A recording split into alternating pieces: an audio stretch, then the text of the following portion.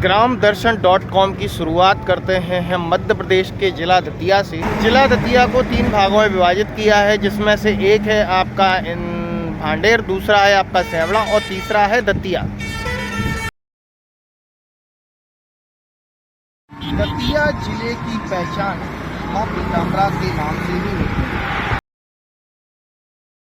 जनपद पंचायत दतिया में एक गांव है ग्राम घाट, जहाँ अभी हम घाट को 3 नामों से जानते हैं।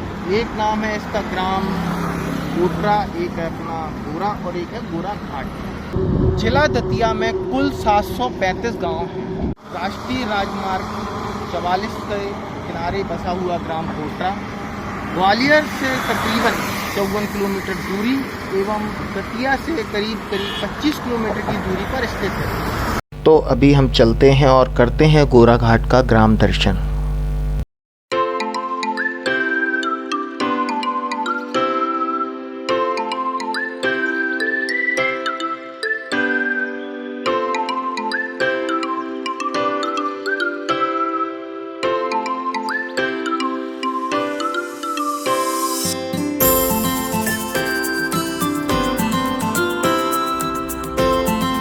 आपका गोरा घाट में स्थित आयुष्मान आरोग्य मंदिर उप स्वास्थ्य केंद्र गोरा घाट। तो आइए आपको दिखाते हैं इसके। आयुष्मान स्वास्थ्य मंदिर में लगभग सभी प्रकार की स्वास्थ्य सेवाएं उपलब्ध हैं। आशा कार्यकर्ताएं हैं एवं 2 नर्सें और एक सामुदायिक स्वास्थ्य अधिकारी।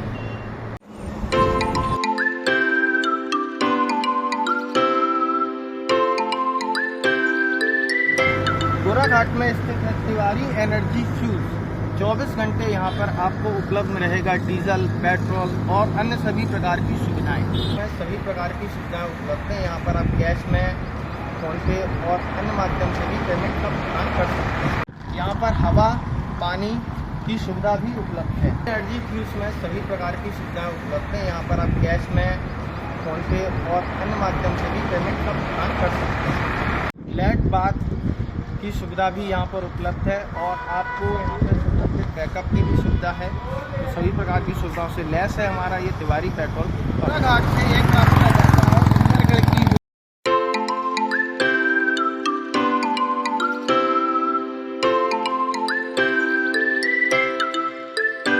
गोरा घाट स्थित कार्यालय वन परिक्षेत्र अधिकारी गोरा घाट, सामान्य वन मंडल दतिया। परिक्षेत्र कार्यालय का मुख्य कार्य वन पर्यावरण का संरक्षण और संवर्धन है।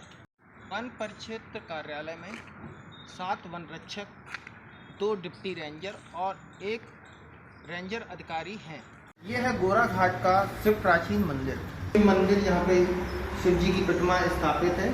ओम नमः शिवाय, ओम नमः शिवाय। रास्ता जाता है आपका सुंदरगढ़ की। हमारे पीछे की ओर जो रास्ता देख रहे हैं ये डबरा की ओर से आता है। घाट में अभी हम हैं, यहाँ पर है थाना कार्यालय गोरा घाट। गोरा घाट थाने में 1 थाना प्रभारी, 1 सब इंस्पेक्टर और 2 PSI हैं। यहाँ पर 4 हेड कांस्टेबल, 13 कांस्टेबल और 1 महिला आरक्षक है।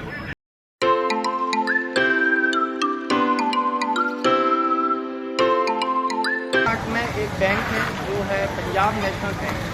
पंजाब नेशनल बैंक गोरा घाट में 1 ब्रांच मैनेजर, 1 कैशियर, 2 क्लर्क और 1 डिप्टी मैनेजर हैं।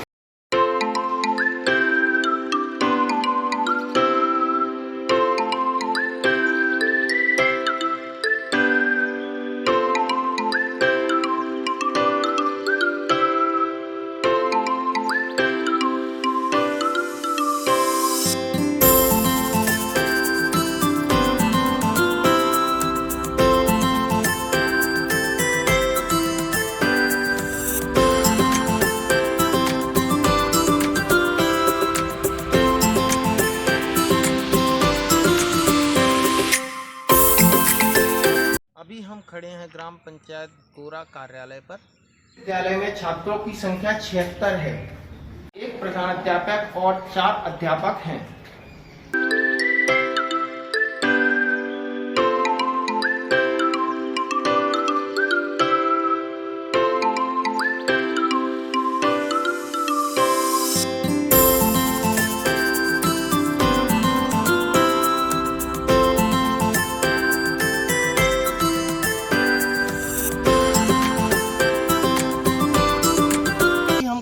विवेकानंद विद्यालय गोराघाट में। यह स्कूल कक्षा 8 तक है। अंग्रेजी और हिंदी दोनों माध्यम में है। यहाँ पर 10 शिक्षक और 6 शिक्षिकाएं उपलब्ध हैं।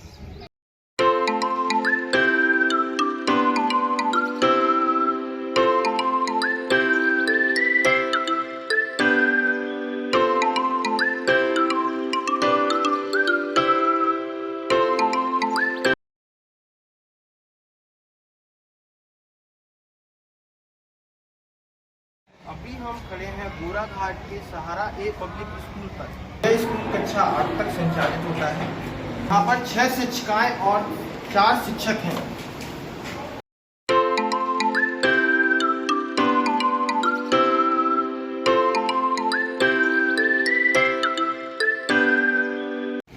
ये है सीतापुर का बिजली केंद्र का कार्यालय। पीछे जो आप रास्ता देख रहे हैं ये जाएगा पचोपड़ा, बलकपहाड़ी और धीरपुरा।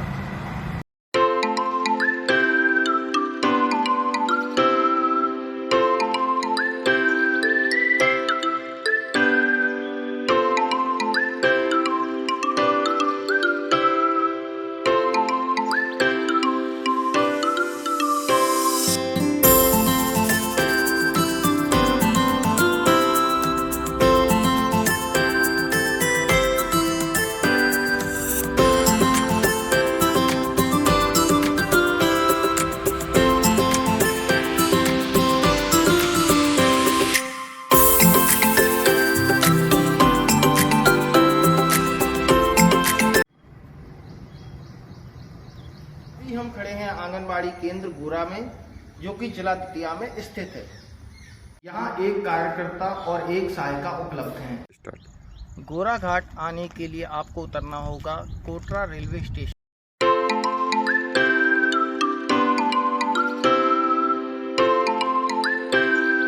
यहाँ से आप आरक्षित टिकट ले सकते हैं।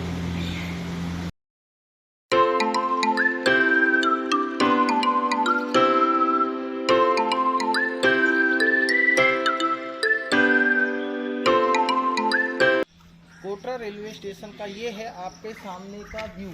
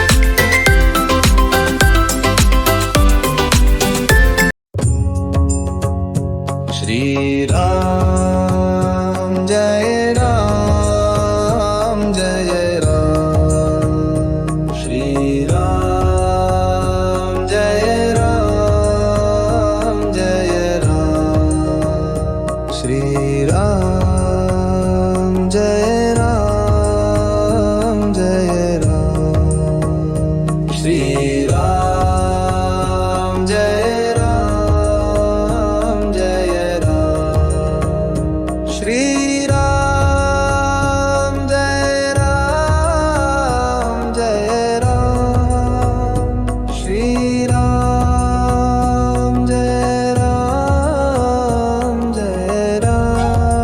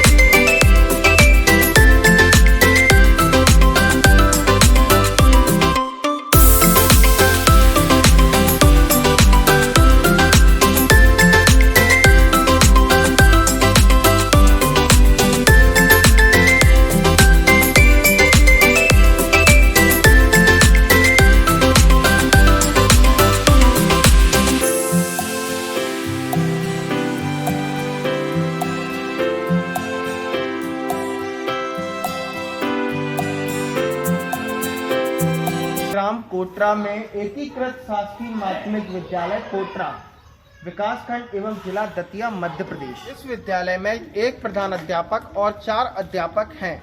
इस विद्यालय में 41 बच्चे पढ़ते हैं। कोटरा आंगनवाड़ी केंद्र पर अभी हम खड़े हैं। यहाँ पर एक आंगनवाड़ी कार्यकर्ता और एक सहायिका है।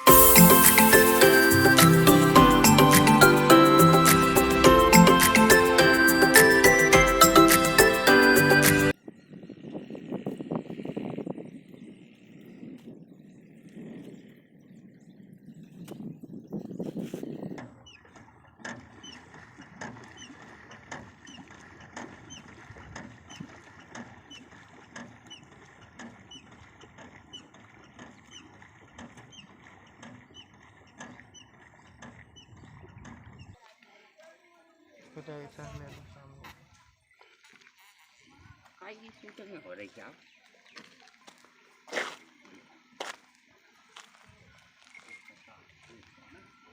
सामने रोड की ले लो बस।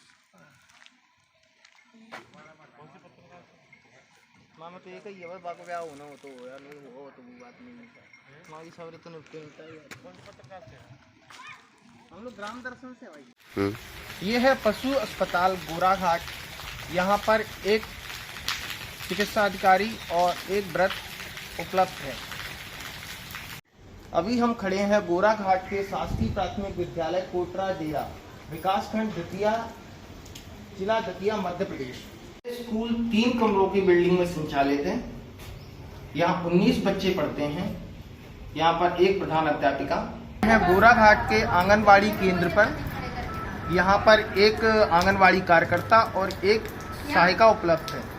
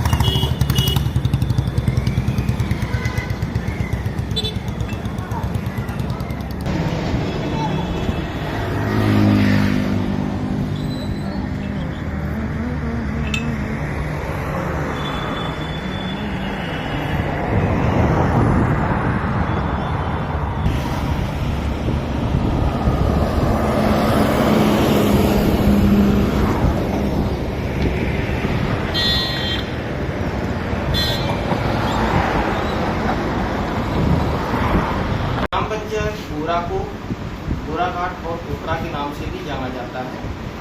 यहाँ के सरपंच श्री राकेश कुमार वंशकार जी 2022 में चुनाव जीतकर यहाँ के सरपंच बने। 2022 से लेकर आज तक गांव में संबंधित समस्याएं, ग्राम पंचायत संबंधित जितनी समस्याएं हैं उनके समाधान और उनके विकास कार्यों पर हम आज श्री राकेश वंशकार जी के साथ चर्चा करेंगे। तो सरपंच साहब बताएं, आज अपने गाँव के संबंधित सारी समस्याएं क्या क्या हैं? सभी साथियों को मेरा प्रणाम, नमस्कार। और आज ग्राम पंचायत का भ्रमण करने हमारे डबरा से दीपक तिवारी जी पत्रकार जी आए हुए हैं। मैं उनका बहुत बहुत स्वागत करता हूँ दिल की गहराइयों से। दीपक भाई, आपने जो पंचायतों में आकर जो आपने नया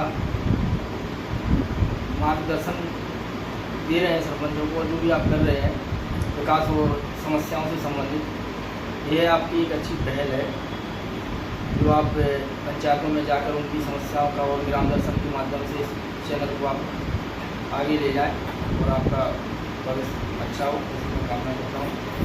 विकास कार्य जो पंचायत में हुए हैं और जो समस्याएं बनी हुई हैं आज भी जो ख़त्म नहीं हुई है, जिससे कहीं ना कहीं जनता की मन में रहता है कि सरपंच जो हमने बनाए हुए उन्होंने क्या किया है क्या नहीं किया है। तो उसके बारे में आपके चैनल के माध्यम से बता रहा हूँ। सबसे बड़ी समस्या हमारे यहाँ 2-3 में है जिस पर जनता को वास्तविक कष्ट है और ये अभी तक पूर्ति नहीं हुई है, इसके लिए मुझे भी बहुत ही खेद है। वो समस्या सबसे पहली है पानी की समस्या। ग्राम पंचायत गोरा में और ग्राम कोटरा 2 गांव आते हैं, गोराघाट और कोटरा, जिसमें गोराघाट नेशनल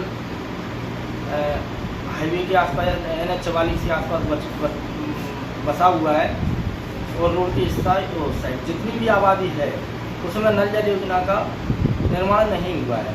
जो निर्माण पहले हुआ था उससे कभी भी पानी यहाँ तक नहीं आया और वो पाइपलाइन टूट चुकी है। पचोकरा से इसको जोड़ा गया था, तो पचोकरा से गोराघाट तक जो लाइन रोड डाला धीरपुरा, गोराघाट से धीरपुरा वाली जो नई रोड डाली गई थी, तो उसमें वो पाइपलाइन टूट चुकी है।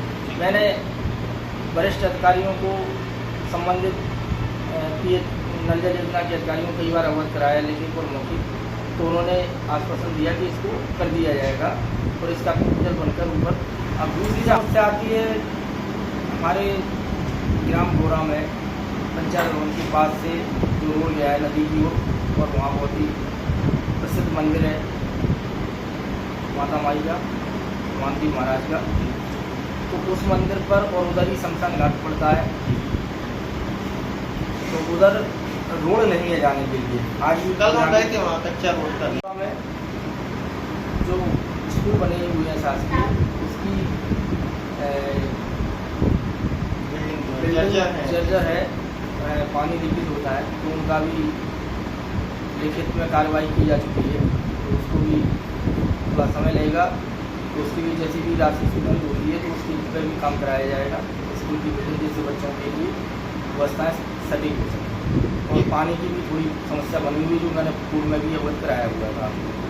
एक स्कूल में हमने पाया वहाँ पे पानी की व्यवस्था है अभी भी। 44 से कोटरा स्टेशन तक जो सड़क बनी हुई है वो कोटरा गांव की भी जाती है और कोटरा स्टेशन की भी ली जाती है। रेलवे द्वारा कोटरा स्टेशन पर गिट्टी का रैक बना दिया गया है। यहाँ से गिट्टी का स्टॉक करके गाड़ियों रेलगाड़ियों में भरकर, मालगाड़ियों में भरकर उस गिट्टी को अदर जगह भेजा जाता है, जिससे NH 44 से और स्टेशन तक जो रोड पर निर्माण कराया गया था प्रधानमंत्री ग्राम सड़क योजना है, वो बहुत ही छोटी रोड है और यहाँ से जो गाड़ियाँ निकलती हैं वो 50 और 60 टन के आसपास वजन लेकर जाती है और रोड की क्षमता है 8 टन। प्रधानमंत्री ग्राम सड़क योजना के तहत वो रोड बनाया गया था, तो आज उस रोड की स्थिति बहुत ही खराब हो चुकी है। तो मैं यही चाहूँगा कि उस रोड का दोबारा से चौड़ीकरण कराया जाए, जिससे रेलवे का कार्य किया जा सके और ग्राम पंचायत वासियों को सुविधा ही मिल सके। रोड के आसपास कॉलोनियाँ बनी हुई हैं, लोग निवासरत रहते हैं, जिससे आए दिन दुर्घटना बना रहने का डर रहता है। बच्चे भी निकलते रहते हैं, स्कूल भी पढ़ता है रोड पर, उस पर तो इससे बहुत ही स्थिति गंभीर बनी हुई है। और जैसा आप सभी को पता है उस समय सालों पूर्व 2020-21 में कोटरा ग्राम में बहुत ही भयानक बाढ़ आई थी, जिसमें कई ग्रामीण पूरी तरह से तबाह हो गए थे, जिसमें एक ग्राम हमारा भी है, ग्राम कोटरा। और वैसे तो सभी को पता है कि उस समय हमारे प्रदेश के गृह मंत्री माननीय डॉक्टर नरोत्तम मिश्रा जी थे, तो उन्होंने अपनी जान की परवाह न करते हुए उस बोट के द्वारा ग्रामीणों को बचाने का प्रयास किया गया था और सुरक्षित हेलीकॉप्टर के द्वारा हमारे ग्राम के 9 व्यक्तियों को बाहर निकाला गया था। तो ये ग्राम हमेशा माननीय पूर्व गृह मंत्री जी का आभारी रहेगा। तो इसी के लिए मैं आगे इस पर बोलना चाहूँगा कि जो आज भी ग्रामवासी उस बाढ़ की याद को देखते हुए हमेशा बरसात के समय भयभीत रहते हैं। अभी कुछ समय पूर्व हमारे यहाँ कलेक्टर साहब का आगमन हुआ था, उन्होंने भी निरीक्षण किया हुआ था, तो उस समय भी और पूर्व से भी कई बार हम ग्रामवासी और हम सब लोग मिलकर एक ही बात कर रहे हैं कि वो आज कोटरा गाँव है बच्चे जो नदी किनारे जो नवासरत हैं उनके लिए उसी जगह पूरा गाड़ी के आसपास रोड के आसपास कहीं बार हो सकती है, इसलिए गाँव का बच्चों को मना स्थापन किया जाए जिससे हमेशा की ये समस्या तो आंगनबाड़ी के द्वारा पाया जा सके। में नहीं बैठते हैं उसका भी लिमिट में आंगनबाड़ी को मैसेज पहुँच चुका है, लिखित में कार्रवाई की जा सकती है तो उसका भी जीर्णोद्धार हो या नवी आंगनबाड़ी ग्राम कोटरा में बनाई जा सके। और इसके साथ ही एक रोड और है, एक दो रोड जिनका निर्माण कराया जाना बाकी है। मजरा की कोटरा डेरा स्टेशन के पास में पड़ता है, वहाँ पर 200-300 लोगों की आबादी है, उससे भी ग्रामीण परेशान रहते हैं, इसका भी निर्माण कराया जाना है। तो अभी कुछ समय से नरेगा के तहत ये काम कराए जाने हैं लेकिन लोगों की स्वीकृति नहीं हुई है अभी, इस वजह से वो काम नहीं हो सकते। जैसे आगे इसके लिए कोई भी योजना है किसी से आता है तो उन कामों को भी प्राथमिकता से किया जाएगा। अभी तक सरपंच साहब जैसा आपने बताया बहुत सारी समस्याएं हैं, आगे भी बंद है और आपका बाहर से भी समस्या नहीं है आपके गाँव में। एक समस्या NH-44 द्वारा ग्राम गोराघाट पर नाले का निर्माण कराया गया था और रोड का निर्माण NH-44 द्वारा किया गया। तो जो नाले का निर्माण कराया गया है उसका निकासी उनने उल्टी साइड कर दी, जिस साइड विकास दिशा में कर दिए, जिससे मेन रोड पर ही और सर्विस रोड पर पानी हमेशा भरा रहता है। तो मैं चाहूँगा NH-44 से इस नाले को दोबारा इसका निर्माण कार्य कराया जाए और जिससे रोड पर पानी भरता है, बरसात का भी पानी निकल पाता, मोहल्ले का भी पानी नहीं निकल पाता है। गड्ढे भी हैं NH-44 के रोड पर, बहुत सारे बड़े बड़े गड्ढे भी हो गए हैं आपके ग्राम पंचायत में। हाँ बिल्कुल, आप भी आपकी ग्रामीणों को बड़ी समस्या आती होगी। हाँ बिल्कुल आती है। यहाँ से जो गाड़ी है पूरा रोड तो आपके द्वारा कुछ विकास कार्य भी कराए गए होंगे, उन विकास कार्यों में से क्या क्या आपने मुख्य कार्य कराए हैं यहाँ पर? विकास कार्य में जो हमारे पास राशि आती है पंचायत विभाग जो मत रहते हैं पंचायत, उनके द्वारा मैंने जो कार्य कराया है, कुछ नालों का निर्माण कराया है और RCC रोडों का निर्माण कराया है, आंगनबाड़ी का जीर्णोद्धार कराया है और अपना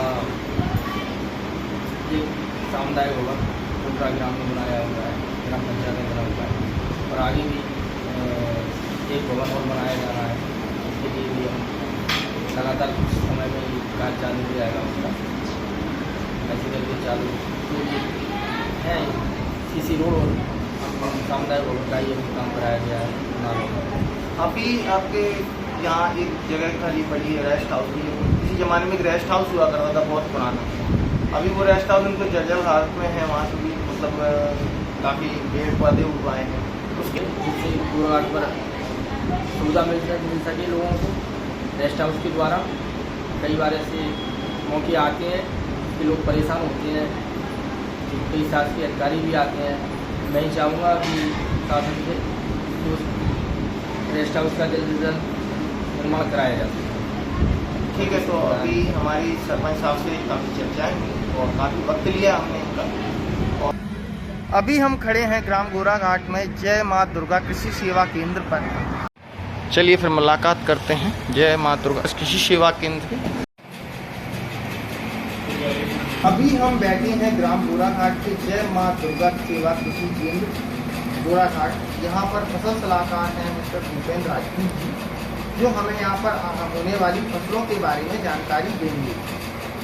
जैसा कि हमें भूपेंद्र राजपूत जी ने बताया कि यहाँ जुलाई से लेके अगस्त के बीच में धान और आपका गन्ना एवं सब्जियां बोई जाती हैं। तो भूपेंद्र राजपूत जी आप हमें बताइए कि इन 3 फसलों में मुख्यतः क्या बीमारियां आती हैं और इनमें अपन को क्या क्या रोकथाम करना होता है। जैसे अपन गन्ने की बात करें तो गन्ना जो अपनी फसल है जो मार्च से अप्रैल के बीच में बोया जाता है और उसमें सबसे बड़ी समस्या आती है तना छेदक की। जो तना छेदक है वो गन्ने को ज़्यादा मतलब प्रभावित कर देता है। और बात करें खरपतवार की तो खरपतवार भी गन्ने को अधिक हानि पहुंचाता है। तो बस गन्ने में जो 2 ही समस्या है, तना छेदक और खरपतवार। और आगे धान भी होती है, धान में क्या क्या समस्या आती है? धान होती है तो अपने धान में अपन सबसे पहले जैसे भी अपन नर्सरी तैयार करते हैं, नर्सरी में सबसे बड़ी समस्या आती है तना छेदक की, क्योंकि वहीं से स्टार्ट हो जाती है। जो सफ़ेद पंखी बोलते हैं अपन जैसे देसी भाषा में, तो सफ़ेद पंखी जहाँ बैठती है तो वहाँ की समझो कि इतनी आपकी आ चुकी है। फिर जब नर्सरी रोपाई के बाद इसमें सबसे बड़ी समस्या आती है रेड बग, जिसे अपन केचुआ बोलते हैं। तो रेड बग की समस्या आती है। फिर इसके बाद कई बार अपना जो तना छेदक है, और आग जो पकने के समय के बाद जब पकती है फसल, तो उस टाइम पर माहू का सबसे ज़्यादा अटैक होता है। अपन गत वर्ष की बात करें तो गत वर्ष माहू का इतना अटैक आया था कि सभी दवाएं 80-20% कम कर रही हैं। तो इसमें जो अपन की बात करें तो धान का पूरा ये है। अभी अक्टूबर से लेके आपका दिसंबर तक के बीच में जैसे आपने बताया था गेहूँ बोया जाता है यहाँ पर, और यहाँ सरसों बोई जाती है, चना बोया जाता है, तो इन फसलों में क्या किस प्रकार की समस्या आ सकती है? जैसे कि बात करें पिछली बार देखने को गेहूँ में कुछ टाइम के लिए उसमें जो गौर से देखा तो क्या पीले पत्ते पड़ रहे थे, तो हमारे फसल सलाहकार हैं तो उन्होंने देखा कि नीचे से माहू लगा था उसको, तो अभी वो देखने को मिला है। और अपन अब चने की बात करें तो चने में जो बोलते हैं ना, वो देसी भाषा में उपका बोलते हैं उसे, और इल्ली की समस्या ज़्यादा आती है, और कई बार तो काला पड़ने की समस्या ज़्यादा आती है। तो इन सभी के लिए क्या रोकथाम है, आगे क्या रोकथाम की प्रक्रिया रहती है? इसी के लिए जैसे भी कोई भी रोग आता है, जब वो 50% कवर कर लेता है, तो जब किसान को वो दिखता है, तो मेरा किसान को एक ही सलाह है कि आपको रोग दिखे या ना दिखे, जिस टाइम पे जो दवाई डालना है उस टाइम पे वो कीटनाशक डालना चाहिए, अच्छी मात्रा में डालना चाहिए, अच्छी क्वालिटी का डालना चाहिए। बीजों के बारे में क्या कहना चाहेंगे? ब्रांडेड बीज दिए जाएं या सादा करके बीज दिए जाएं, क्या कहना चाहेंगे? क्या है, अगर अपने बीज बोया, अगर कोई भी आपका फाउंडेशन का सर्च का बीज है, जब अपन बीज का चुनाव करते हैं तो बीज हमेशा उच्च क्वालिटी का होना चाहिए, क्योंकि उच्च क्वालिटी के बीज से उच्च क्वालिटी की फसल होती है, और गारंटेड वाला ही हो। चलिए, तो हमारी चर्चा हुई भूपेंद्र जी से, उन्होंने काफ़ी फसलों के बारे में जानकारी दी। आगे आने वाले समय में इनसे विस्तार पूर्वक हर फसल के बारे में हम लोग जानकारी देते रहेंगे और यहाँ के आसपास के किसानों को उसका फायदा देते रहेंगे। धन्यवाद।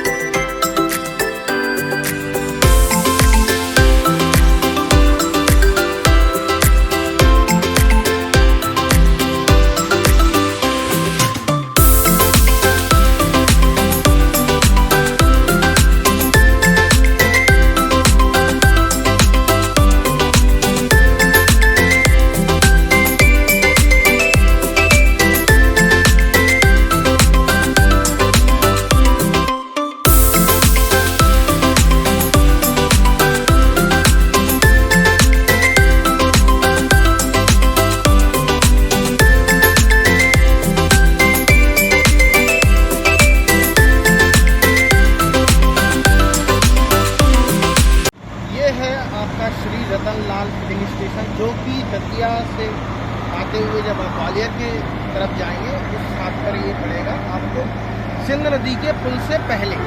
यहाँ पर आपको मिलेगा डीजल है, पेट्रोल है और लुब्रिकेंट। यहाँ पर आपको इलेक्ट्रॉनिक कार चार्ज करने की भी सुविधा उपलब्ध है और यहाँ पर आपको एयर हवा भरने की सुविधा सुविधा भी उपलब्ध है। यहाँ पर पेमेंट की सारी सुविधाएं उपलब्ध हैं, जैसे आप डेबिट कार्ड यूज़ करना चाहें, UPI यूज़ करना चाहें आप, या कैश देना चाहें। हवा, पानी एवं अन्य सभी प्रकार की सुविधाएं यहाँ पर उपलब्ध हैं। यहाँ पे आप ऑनलाइन कैश पेमेंट हर तरीके से आप पेमेंट कर सकते हैं।